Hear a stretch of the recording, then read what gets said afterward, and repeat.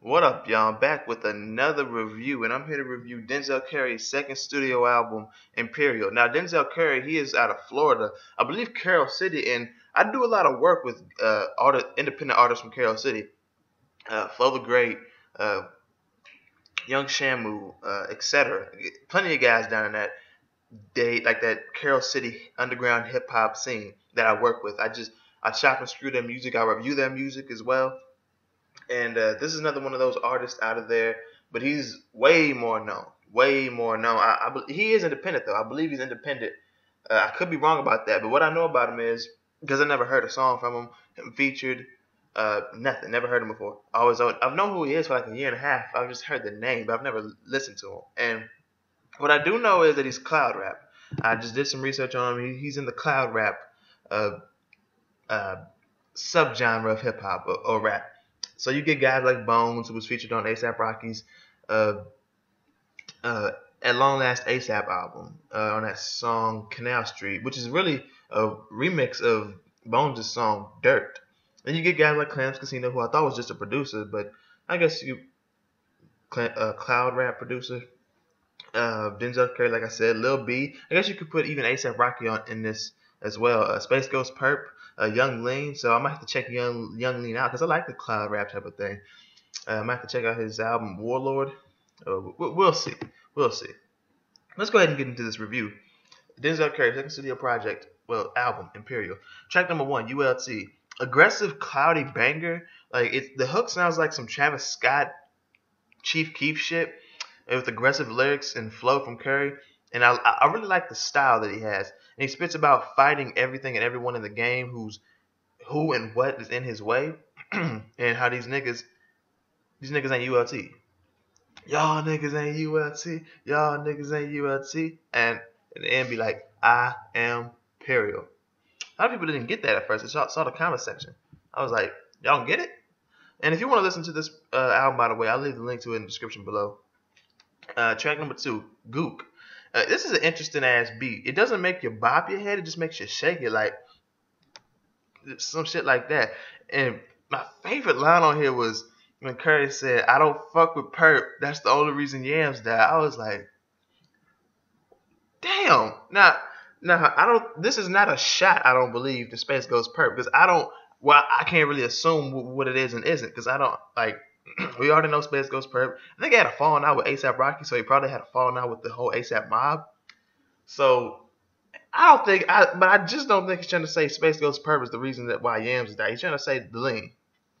But damn, shit. And it just had me like, shit, I'm a goop. Track number 3, Sick and Tired. This song has a ride appeal, like a real ride appeal. Just ride through your hood or just the neighborhood, the streets downtown. It has a late night creep type of shit to it.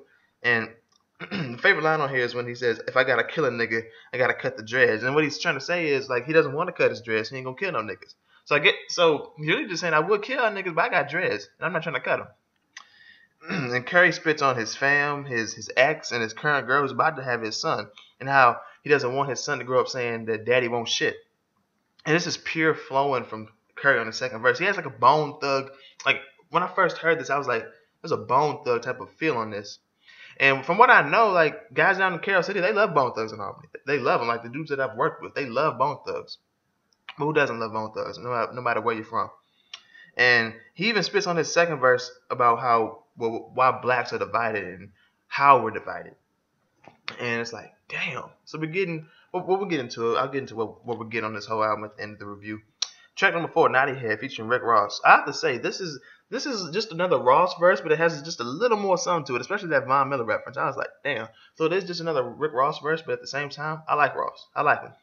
Do I bump on him regular? No. But if he comes on, I'll ride some Rick Ross, no question. And Curse puts on this track about the price he's paid and what he's still paying to live the life he lives. And he's being from the hood, so he's not giving a fuck. And getting it how you live. And Curry rips the fucking second verse. He even says how his to tell his mom that he loves her because he might not be there tomorrow. And like I said, Ross's verse is just another Ross verse, but just a little more something on here. I guess it's because it's on a let me go ahead and say it, great album like this. Track number 5, Narcotics. This beat is kind of ambient. It sounds like some 3-6 Mafia, maybe Chopped and Screw 3 6 Mafia type of shit. And Curry spits on stereotypes of dreadheads and blacks in general, and how whites think that niggas sell shit just because they're living. Well, just because they're living doesn't mean that they moving shit at the same time. That's what he's saying. And Curry expresses his black pride on his second verse, and then we get skits. Well, not even skits, like kind of like that studio skit that we got on a project I had reviewed just like maybe even a week or two ago, like a studio type of skit, but it wasn't like in the studio. It seemed like. Track number 6, story, no title. Curry speaks on all people turning foe, and not just everyone he knows, but all types of people that he knows: friend, good friend, distant friend, all types of people, friend, family, doesn't matter. Eventually, every one of them, not in particular a single one, but everyone in that group, one out of every group of people that he interacts with, at least one or two, who cares, will turn foe, no matter what kind of friend they are or what kind of person you are, no matter whatever type of relationship you have with them. That's what he's trying to say, really. And he's saying how he can't believe rap helped him make it out the hood. And he doesn't speak on why Jesus can't be black, but he just says it like, and why can't Jesus be black? And Curry's repping South Florida, and he's talking about being from a city where cocaine is like the main revenue. It funds it. And think about that. Cocaine is the main revenue for your city, and it's the illegal drug. I mean, you do what you gotta do, but cocaine's what's funding his city.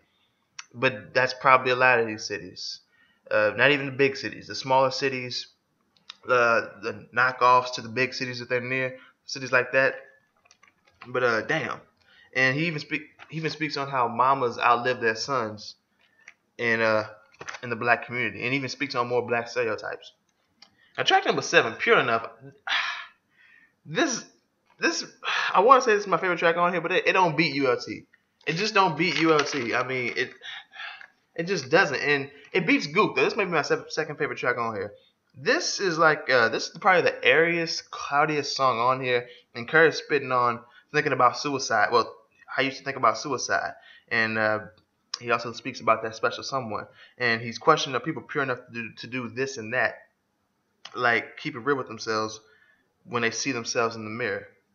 And Curry spits on receiving hate south of Florida and how the old him died a long time ago, and he doesn't need Drake to make a hit. That's just another view from the iPhone 6. I was like, oh, okay, there we fucking go. I mean, I like metaphors like that. And then he talks about how niggas want to be thugs but don't live in harmony. Then he names the Bone Thug members. He Crazy, Lazy, Wish, Flesh and Bone, and Busy Bone. I was like, so he does have Bone Thug influence. I mean, I heard it all throughout this album and up to this point and after this point. I was like, he likes Bone Thugs. Then I get it on this track right here, the Bone Thugs reference. I'm like, that's why that nigga sounds like Bone Thugs. And Bone Thugs is my second favorite rap group of all time. I'm influenced by Bone Thugs and Harmony. It's like, damn, shit. Now, track number 8, Zenith, featuring Joey Badass. Right off the bat, I'm just going to tell you right now, it's a better feature than Rick Ross's. And this is the second and only feature on here. But Curry spits on who he and his people are, and not believing in fake prophets and fake gods, and not trusting niggas. And he also speaks on love and hate and being on the scene. So fuck TV, you can catch him in the Zenith. And I love the scratches on the hook, like this, and so it has a bit of an old school vibe too when you get the scratches in there, not just the Bone Thugs. So you get the mid to late 90s, early 2000s type of feel, but you also get the scratches as well. So it's like trying to keep the traditional hip hop going.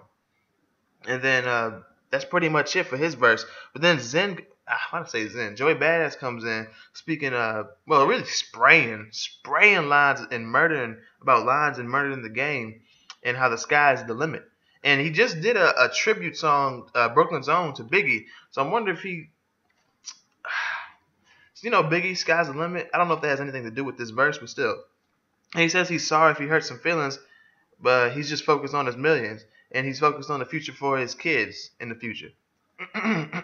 Future for his kids in the future. I fucked that up, but still. And he lights up the green that's louder than the speakers where the grass is greener. I was like, shit. God damn. And now people are watching this every move, and he's trying to resist the demons and the temptations of the devil, really. Joey fucking killed this shit. This is why Joey Badass is one of my top 3 favorite rappers right now. And then you get this Bone Thugs, like I said, on this album. Second favorite group of all time. Just Curry knew what the fuck he was doing. Track number 9, This Life. Another cloudy, airy type of aura on this, and it has like a hook that sounds like, again, some Travis Scott and Chief Keef layers. And I mean layers. I don't mean like they just hopped on the hook and that's it. I mean like what Flesh and Bone from Bone Thugs and Harmony does, like giving you 8 or 9 layers on the same verse. You keep saying the same thing over. You just have the same thing with layers and layers over. It sounds like some Chief Keef and Travis Scott layers on here. Like something you would have heard off of Rodeo, Travis Scott's debut album, which I reviewed, by the way. It just sounds like that. And Curry spits on, he's spitting to a girl and about a girl and how he's changed. And he wants to know if people would ride for him because people lie. So, and on the second verse, Curry's back to spitting about the girl. Not probably my least favorite track on here, but it's not like I don't like it. See, that's the thing. If you can do something like that, if you can speak on like love and shit like that, but do it in a way I can get with, I can mess with it. So I can mess with somebody. I can't mess with somebody like Drake, but I can kind of mess with, well, not J. Cole either, Kendrick, like what he done to Pimp a Butterfly. Something like that. I can do that. Big Crit, A$AP Rocky, guys like that. And track number 10, If Tomorrow's Not Here. Change of pace type of beat and kind of in the subject matter as well. Kurt spits on what he'd do if the world ended today or if he died today, if tomorrow wasn't here. And how he'd write down his worst fears, fear of loss, change, losing his peers, but he should only fear itself. And he said fearing God is fearing yourself, so he doesn't go to church because he doesn't know where the collection plate goes. Sounds familiar. Who do I know that has that kind of mindset?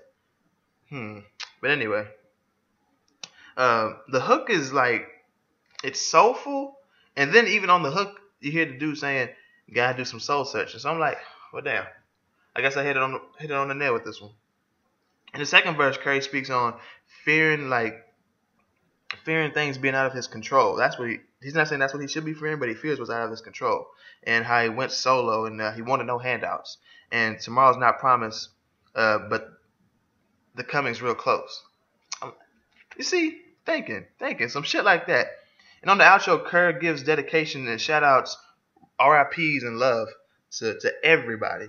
And how niggas show their true colors. They're just like chameleons to them. They blend in with their surroundings. I'm like, that's what I'm fucking talking about. Shit. Goddamn. Let me get into my notes real quick and I'm going to wrap this review up. So my notes are, this is a cloudy air rap, Bone Thugs flow and mentions on here type of album. Clever metaphors, social, personal, and community type of commentary. Like some 5% Nation shit, Black Pride, etc.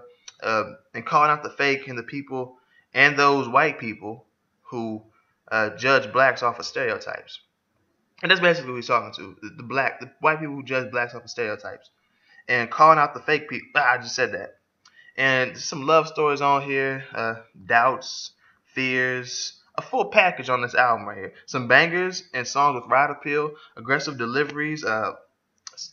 Like, again, stories about fucked up black communities, especially the one he grew up in, and mamas outliving their sons, like I said. And finally, friends turning foe, overcoming struggle, preparing for the future, black division. He talks about his mom and his family, and some turn-up anthems on this thing as well. So like I said, a full package, and I'm just going to go ahead and say it. My favorite project of 2015, without question. Yes, it beats Anderson .Paak's Malibu, and I gave that high praise. Y'all know I did. Flatbush Zombies, it beats this too. I can't wait to do my quarter, like, best projects of 2016 of the first quarter. This is the way it's looking. This is gonna make number 1 unless something better drops. But if you've heard this album, let me know what you think about it in the comment section below. Let me know what you think about my review on it. Be sure to give this video a like, share the video, subscribe if you're new, get me on Twitter, Facebook, AudioMax, SoundCloud, Instagram, email. Hit up my email for business or anything. Donate to DynamicJAB@gmail.com through PayPal if you want to support my movements as far as YouTube, music, entertainment, etc. And like I said, be sure to let me know what you think about this album in the comment section below. If you want to hear the album, I'll leave the link to it in the description below. And to wrap this review up, go ahead and give you my rating. Okay, so a grade, I gotta give this